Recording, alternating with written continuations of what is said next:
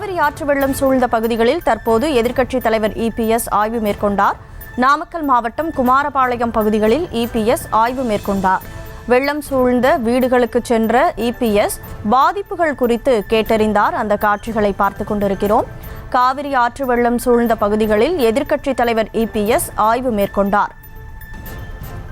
நாமக்கல் மாவட்டம் குமாரபாளையம் பகுதிகளில் இபிஎஸ் ஆய்வு மேற்கொண்ட காட்சிகளை பார்க்கிறோம்.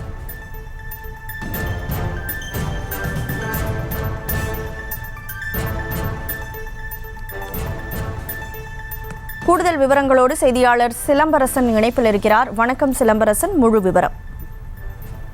வணக்கம். நாமக்கல் மாவட்டம் குமாரபாளையம் பகுதியில் காவிரி கரையோர பகுதியில் வெள்ள பாதிக்கப்பட்ட பகுதியில் அதிமுக பொதுச் செயலாளர் எடப்பாடி பழனிசாமி மற்றும் குமாரபாளையம் சட்டமன்ற உறுப்பினரும் முன்னாள் அமைச்சருமான தங்கமணி ஆகியோர் நேரில் இந்த பாதிப்புகளை பார்த்து வருகின்றனர். குறிப்பாக மேட்டூர் அணையின் முழு கொள்ளளவான 120 அடியை எட்டி உபரி நீரானது அதிகபட்சமாக 1,73,000 அடி திறந்துவிடப்பட்டது. இதனால் காவிரி கரையோரம் உள்ள தாழ்வான பகுதியில் உள்ள வீடுகளில் சுமார் 238 வீடுகளில் இப்பகுதியிலானது வெள்ளமானது சூழ்ந்தது. இதில் பாதிக்கப்பட்ட பொதுமக்களை ஒரு 4 முகாம்களில் வைக்கப்பட்டு சிறப்பு ஏற்பாடுகள் செய்யப்பட்டு அவர்களுக்கான உதவிகள் செய்யப்பட்டு வருகிறது. இந்த நிலையில் அவர்களை நேரில் சந்தித்து ஆறுதல் தெரிவித்து வந்த அதிமுக அமைச்சர் எடப்பாடி பழனிசாமி அந்த வெள்ளம் பாதிக்கப்பட்ட பகுதியில், குறிப்பாக அந்த பாதிக்கப்பட்ட வீடுகள் வெள்ளம் சூழ்ந்த பகுதிகளை களமிறங்கி அவர் வேட்டியை மடித்து கட்டி அப்பகுதியில் இறங்கி ஆய்வு மேற்கொண்டார்.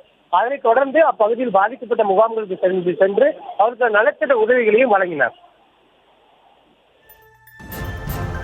கூடுதல் விவரங்களுக்கு நன்றி சிலம்பரசன்.